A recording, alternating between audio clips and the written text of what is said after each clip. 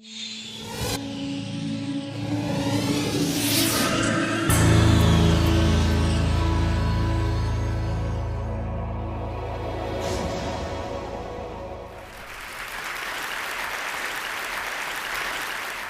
I want to start by offering you a free, no-tech life hack.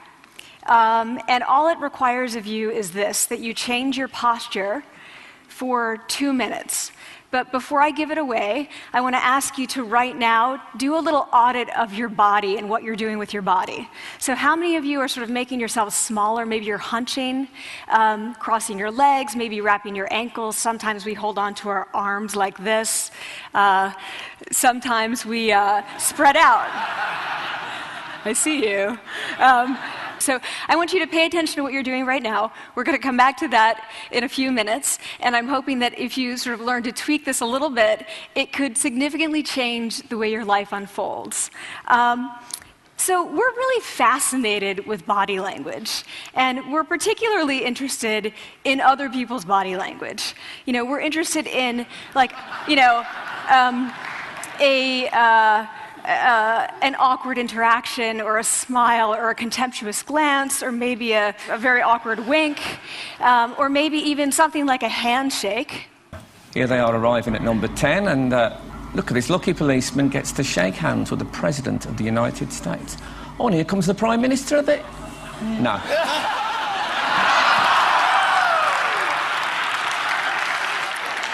So a handshake, or the lack of a handshake, can have us talking for weeks and weeks and weeks, even the BBC and the New York Times. So obviously, when we think about nonverbal behavior or body language, but we call it nonverbals as social scientists, it's language. So we think about communication. When we think about communication, we think about interactions. So what is your body language communicating to me? What's mine communicating to you? And there's a lot of reason to believe that this is a valid way to look at this. So social scientists have spent a lot of time looking at the effects of our body language or other people's body language on judgments. And we make sweeping judgments and inferences from body language.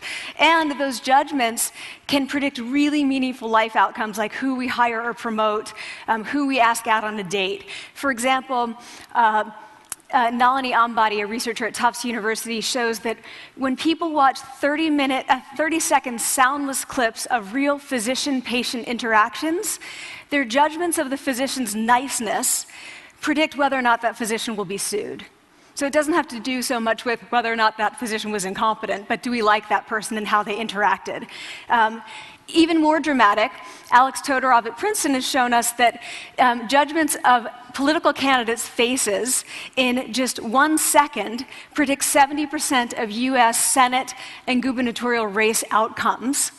And even, let's go digital, emoticons used well in online negotiations can lead you to claim more value from that negotiation. If you use them poorly, bad idea, right? So when we think of nonverbals, we think of how we judge others, how they judge us, and what the outcomes are. We tend to forget, though, the other audience that's influenced by our nonverbals, and that's ourselves. We are also influenced by our nonverbals, our thoughts and our feelings and our physiology. So what nonverbals am I talking about? I'm a social psychologist, I study prejudice, and I teach at a competitive business school. So it was inevitable that I would become interested in power dynamics. I became especially interested in nonverbal expressions of power and dominance. And what are nonverbal expressions of power and dominance? Well, this is what they are. So in the animal kingdom, they are about expanding. So you make yourself big, you stretch out, you take up space, you're basically opening up. It's about opening up. And this is true across the animal kingdom. It's not just limited to primates, and humans do the same thing. So they do this both when they have power sort of chronically, and also when they're feeling powerful in the moment. And this one is especially interesting because it really shows us how universal and old these expressions of power are. This expression, which is known as pride, Jessica Tracy has studied, she shows that people who are born with sight and people who are congenitally blind do this when they win at a physical competition. So when they cross the finish line and they've won, it doesn't matter if they've never seen anyone do it, they do this. So the arms up in the V, the chin is slightly lifted. What do we do when we feel powerless? We do exactly the opposite. We close up, we wrap ourselves up, we make ourselves small. We don't want to bump into the person next to us. So again, both animals and humans do the same thing. And this is what happens when you put together high and low power. So what we tend to do when it comes to power is that we complement the other's nonverbals. So if someone's being really powerful with us, we tend to make ourselves smaller. We don't mirror them, we do the opposite of them. So I'm watching this behavior in the classroom, and what do I notice? I notice that MBA students really exhibit the full range of power nonverbals. So you have people who are like caricatures of alphas, like really coming into the room, they get right into the middle of the room, before class even starts, like they really want to occupy space. When they sit down, they're sort of spread out, they raise their hands like this. You have other people who are virtually collapsing when they come in. As soon as they come in, you see it. You see it on their faces and their bodies, and they sit in their chair and they make themselves tiny, and they go like this when they raise their hand. I noticed a couple things about this. One, you're not going to be surprised, it seems to be related to gender. So, women are much more likely to do this kind of thing than men. Women feel chronically less powerful than men, so this is not surprising. But the other thing I noticed is that it also seemed to be related to the extent to which the students were participating and how well they were participating. And this is really important in the MBA classroom because participation counts for half the grade. So business schools have been struggling with its gender grade gap. You get these equally qualified women and men coming in, and then you get these differences in grades, and it seems to be partly attributable to participation. So I started to wonder, okay, so you have these people coming in like this, and they're participating. Is it possible that we could get people to fake it, and would it lead them to participate more? So my main collaborator, Dana Carney, who's at Berkeley, and I really wanted to know, can you fake it till you make it? Like, can you do this just for a little while and actually experience a behavioral outcome that makes you seem more powerful? So we know that our nonverbals govern how other people think and feel about us. There's a lot of evidence, but our question really was, do our nonverbals govern how we think and feel about ourselves? There's some evidence that they do. So, for example, when we smile when we feel happy, but also when we're forced to smile by holding a pen in our teeth like this, it makes us feel happy. So it goes both ways. When it comes to power, it also goes both ways. So when you feel powerful, you're more likely to do this, but it's also possible that when you pretend to be powerful, you are more likely to actually feel powerful. So the second question really was, so we know that our minds change our bodies, but is it also true that our bodies change our minds? And when I say minds, in the case of the powerful, what am I talking about? So I'm talking about thoughts and feelings and the sort of physiological things that make up our thoughts and feelings, and in my case, that's hormones. I look at hormones. So what do the minds of the powerful versus the powerless look like? So powerful people tend to be, not surprisingly, more assertive and more confident, more optimistic. They actually feel that they're going to win even at games of chance. They also tend to be able to think more abstractly. So there are a lot of differences. They take more risks. There are a lot of differences between powerful and powerless people. Physiologically, there also are differences on two key hormones, testosterone, which is the dominance hormone, and cortisol, which is the stress hormone. So what we find is that high-power alpha males in primate hierarchies have high testosterone and low cortisol, and powerful and effective leaders also have high testosterone and low cortisol. So what does that mean? When you think about power, people tended to think only about testosterone because that was about dominance. But really, power is also about how you react to stress. So do you want the high-power leader that's dominant, high on testosterone, but really stress reactive? Probably not, right? You want the person who's powerful and assertive and dominant, but not very stress reactive, the person who's laid back. So we know that in primate hierarchies, if an alpha needs to take over, if an individual needs to take over an alpha role sort of suddenly, within a few days, that individual's testosterone has gone up significantly and his cortisol has dropped significantly. So we have this evidence, both that the body can shape the mind, at least at the facial level, and also that role changes can shape the mind. So what happens, okay, you take a role change, what happens if you do that at a really minimal level, like this tiny manipulation, this tiny intervention? For 2 minutes you say, I want you to stand like this, and it's going to make you feel more powerful. So this is what we did. We decided to bring people into the lab and run a little experiment. And these people adopted for 2 minutes either high power poses or low power poses. And I'm just going to show you 5 of the poses, although they took on only 2. So here's one, a couple more. This one has been dubbed the Wonder Woman by the media. Here are a couple more. So you can be standing or you can be sitting. And here are the low power poses. So you're folding up, you're making yourself small. This one is very low power. When you're touching your neck, you're really kind of protecting yourself. So this is what happens. They come in, they spit into a vial. We, for 2 minutes, say, you need to do this or this. They don't look at pictures of the poses. We don't want to prime them with the concept of power. We want them to be feeling power, right? So 2 minutes they do this. We then ask them, how powerful do you feel on a series of items? And then we give them an opportunity to gamble. And then we take another saliva sample. That's it. That's the whole experiment. So this is what we find. Risk tolerance, which is the gambling. What we find is that when you're in the high power pose condition, 86% of you will gamble. When you're in the low power pose condition, only 60%. And that's a pretty whopping significant difference. Here's what we find on testosterone. From their baseline when they come in, high power people experience about a 20% increase, and low power people experience about a 10% decrease. So again, 2 minutes and you get these changes. Here's what you get on cortisol.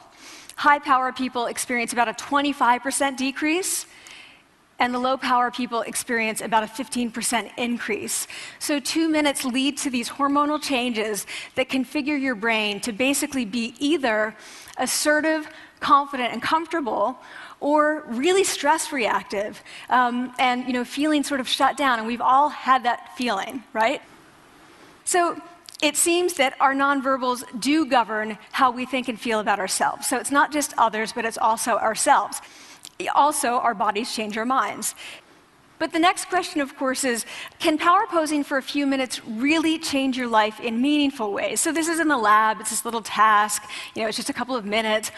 Where can you actually apply this, which we cared about, of course.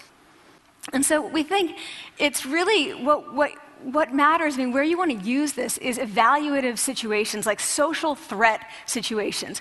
Where are you being evaluated? Either by your friends, like for teenagers, is it at the lunchroom table? It could be, for some people, it's speaking at a school board meeting. It might be giving a pitch, or giving a talk like this, or doing a job interview. We decided that the one that most people could relate to, because most people had been through, was the job interview. So we published these findings, and the media are all over it, and they say, okay, so this is what you do when you go in for the job interview, right? So we were, of course, horrified and said, oh my God, no, that's not what we meant at all, for numerous reasons. No, don't do that. Again, this is not about you talking to other people, it's you talking to yourself. What do you do before you go into a job interview? You do this. Right? You're sitting down, you're looking at your iPhone or your Android, not trying to leave anyone out. You're looking at your notes, you're hunching up, making yourself small, when really what you should be doing maybe is this, like in the bathroom, right? Do that, find 2 minutes. So that's what we want to test, okay? So we bring people into a lab, and they do either high or low power poses again. They go through a very stressful job interview. It's 5 minutes long.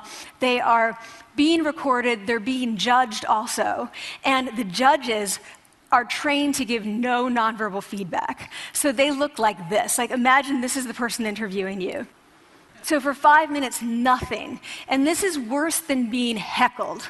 People hate this. It's what Marianne LaFrance calls standing in social quicksand. So this really spikes your cortisol. So this is the job interview we put them through, because we really wanted to see what happened. We then have these coders look at these tapes, 4 of them. They're blind to the hypothesis, they're blind to the conditions. They have no idea who's been posing in what pose. And they end up looking at these sets of tapes and they say, oh, we want to hire these people, all the high power posers. We don't want to hire these people. We also evaluate these people much more positively overall. But what's driving it? It's not about the content of the speech. It's about the presence that they're bringing to the speech. We also, because we rate them on all these variables related to sort of competence, like how well structured is the speech? How good is it? What are their qualifications? No effect on those things. This is what's affected, these kinds of things. People are bringing their true selves, basically. They're bringing themselves. They bring their ideas, but as themselves, with no residue over them.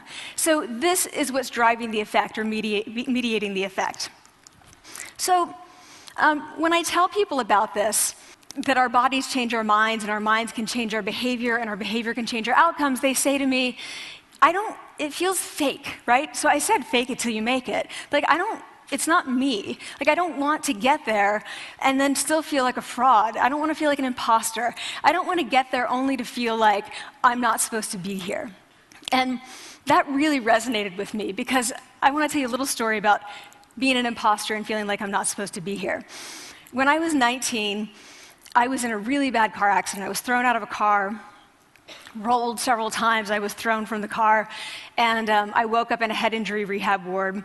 And I had been withdrawn from college, and I learned that my IQ had dropped by 2 standard deviations, which was very traumatic. I knew my IQ because I had identified with being smart, and I had been called gifted as a child. So I'm taken out of college. I keep trying to go back. They say, you're not going to finish college. Like, just, there are other things for you to do, but that's not going to work out for you. So I really struggled with this. And I have to say, having your identity taken from you, your core identity, and for me it was being smart, having that taken from you, there's nothing that leaves you feeling more powerless than that. So I felt entirely powerless. I worked and worked and worked, and I got lucky and worked and got lucky and worked. Eventually I graduated from college. It took me 4 years longer than my peers. And I convinced someone, my angel advisor, Susan Fisk, to take me on. And so I ended up at Princeton, and I was like, I am not supposed to be here. I am an imposter. And the night before my first year talk, and the first year talk at Princeton is a 20-minute talk to 20 people. That's it. I was so afraid of being found out the next day that I called her and said, I'm quitting. She was like, you are not quitting, because I took a gamble on you and you're staying. You're going to stay, and this is what you're going to do. You're going to fake it. You're going to do every talk that you ever get asked to do. You're just going to do it and do it and do it, even if you're terrified and just paralyzed and having an out-of-body experience, until you have this moment where you say, oh my gosh, I'm doing it. Like, I have become this. I am actually doing this. So that's what I did. 5 years in grad school. A few years, I'm at Northwestern. I moved to Harvard. I'm at Harvard. I'm not really thinking about it anymore, but for a long time I had been thinking, not supposed to be here, not supposed to be here. So at the end of my first year at Harvard, a student who had not talked in class the entire semester, who I had said, look, you got to participate or else you're going to fail, came into my office. I really didn't know her at all. And she came in totally defeated, and she said, I'm not supposed to be here.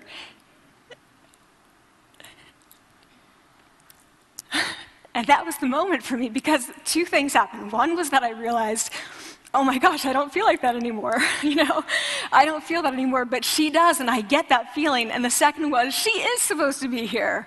Like, she can fake it, she can become it. So I was like, yes, you are. You are supposed to be here, and tomorrow you're going to fake it, you're going to make yourself powerful, and, you're going to...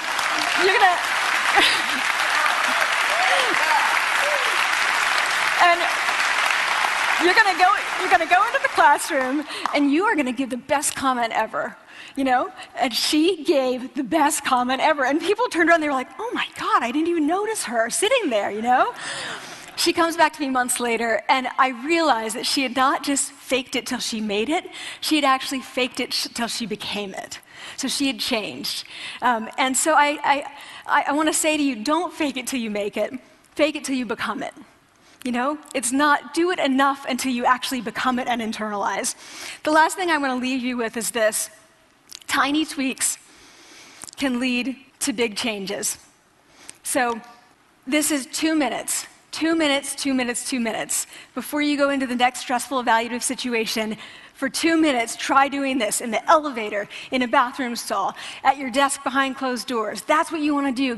Configure your brain to cope the best in that situation. Get your testosterone up, get your cortisol down. Don't leave that situation feeling like, oh, I didn't show them who I am. Leave that situation feeling like, oh, I really feel like I got to say who I am and show who I am. So I want to ask you first, both to try power posing, and also I want to ask you to share this science, because this is simple. I don't have ego involved in this.